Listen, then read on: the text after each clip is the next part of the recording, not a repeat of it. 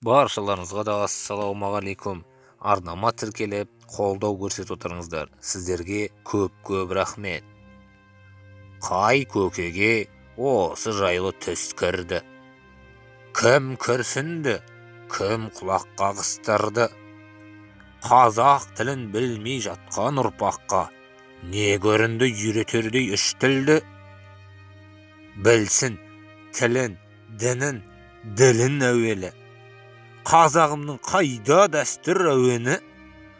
Осылардың барлығында асырып қоятындай бізге кімдер жау еді?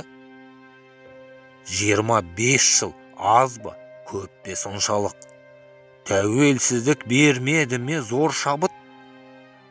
Есімізді енді жинап жатқанда болашаққа қайтесіңдер қол салып. Тіл құрыса құрығаны қазақтың, одан асқан болмас бізге азап күн. Ғылым тілі, ағылшын тіл дейсіңдер, бір жаңалық ашқандайын ғажаптым. Мен қарсымын, мен қазақпын, тірімін, өзгелердің ішкізбеңдер іріңін. Ғылымың мен біліміңнен не пайда, өз тіліңе жетпей жатса білімің.